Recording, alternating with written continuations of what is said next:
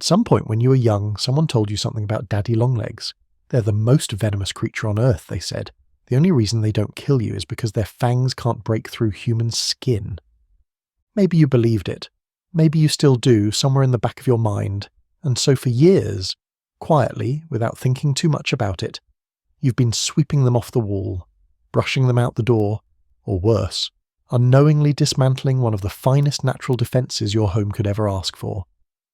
Because beneath that fragile, impossibly thin frame lies a highly calculating hunter, a silent guardian that spends its nights actively stalking, outsmarting, and destroying genuinely lethal predators, including the notorious Black Widow. It's the kind of playground story that doesn't need to be true to stick. It has everything. Hidden danger, a tragic limitation, a creature that could destroy you but can't quite reach. It lodges itself somewhere between childhood and instinct, and it travels, from schoolyards to campsites to kitchen tables, travelling from generation to generation. But what if that story was never true? Not partly true, not exaggerated, never true, and that by getting rid of them, routinely and thoughtlessly, you have been doing exactly the opposite of what you intended? Before we go any further, there's something worth knowing. Daddy Longlegs is a name that belongs to two completely different creatures.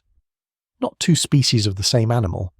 Two creatures that aren't even closely related. People use the name for both, almost interchangeably, which is part of why the myth has survived so long. Nobody could ever pin it down because nobody was entirely sure what they were talking about. So let's slow down.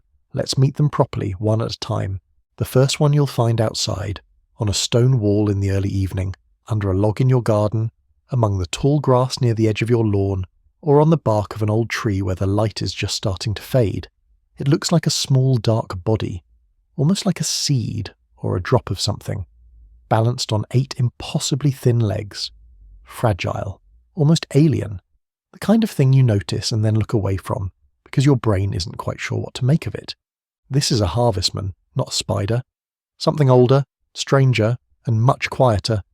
If you look closely, and this is genuinely worth doing, you'll notice that its body is one smooth, unbroken piece. No division, no pinched waist, no separate sections. Just a single oval shape, balanced on legs so long they seem like they were borrowed from a different creature entirely. If you disturb it, it may start bouncing gently up and down, a strange rhythmic motion, as if it's trying to make itself harder to grab or simply to disappear. Here's what a harvestman doesn't have. Venom glands, fangs, silk, the ability to bite anything at all. The legend of the deadly Daddy Longlegs has never once applied to this creature. Not because it's holding back, not because of some anatomical limitation, but because it was simply never built to harm anything. The equipment doesn't exist, and yet there's something worth sitting with there. We looked at this small, harmless animal for decades, this patient, soft-bodied creature going about its night, and we turned it into a monster. We gave it a mythology it never earned and a danger it never possessed. What it was built for is something less dramatic but genuinely important. Every night in your garden, harvestmen move through the leaf litter, across the bark, through the decaying matter at the base of your plants, feeding on fungal spores, dead insects, rotting material, tiny organisms you'll never see. They are cleaners, recyclers, part of the slow, unglamorous process that keeps soil alive, aerated, and healthy. When you see a lot of harvestmen in a garden, it's usually a good sign. It means the ecosystem has enough moisture, enough organic matter, enough balance to support them. They don't appear where things are sterile or dead. They come where something is working. If you've ever swept them away, and most of us have, you were removing something that was quietly working for you. Now go inside, find the most neglected corner of your home, the basement, the garage, the space under the stairs, or a bathroom that doesn't get much light. Look up towards the ceiling, into the shadows where the wall curves and meets the floor. If you see a web there, not a neat geometric web with clean radial lines, but something loose and three-dimensional, tangled and asymmetric, looking almost abandoned, and if somewhere in the centre of it there's a pale, almost translucent body with legs so long they seem out of proportion to everything else, you found the other one, the cellar spider.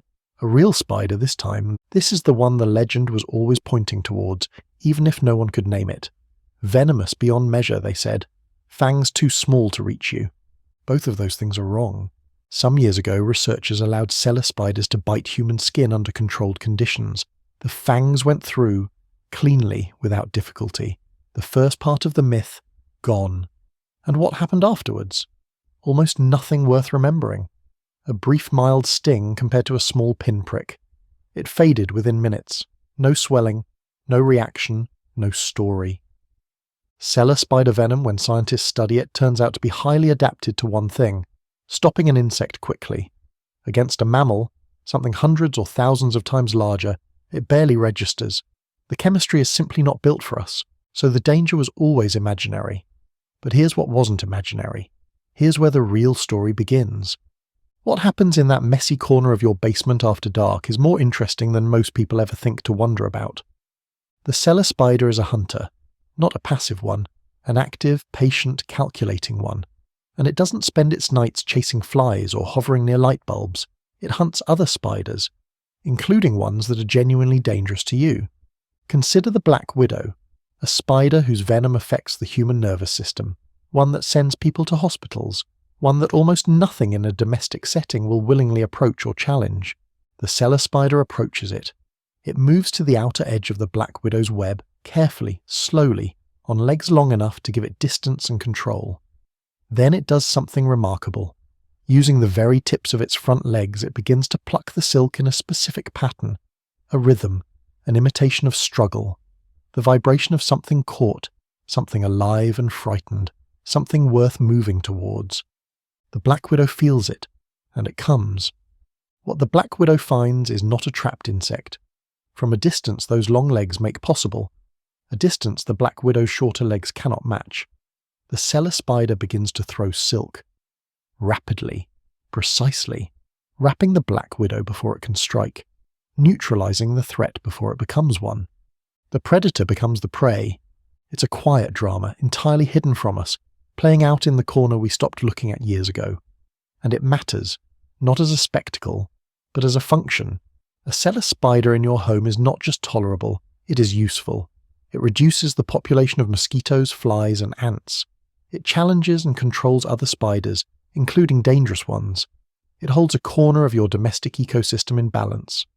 That tangled, untidy web isn't a sign of neglect. It's evidence of something working, something watching over a space you forgot to think about. Neither of these creatures is dramatic about what it does.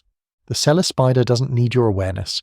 It builds its web in the corner you're least likely to look, positions itself where no one will bother it, and quietly maintains an order you didn't know was being maintained.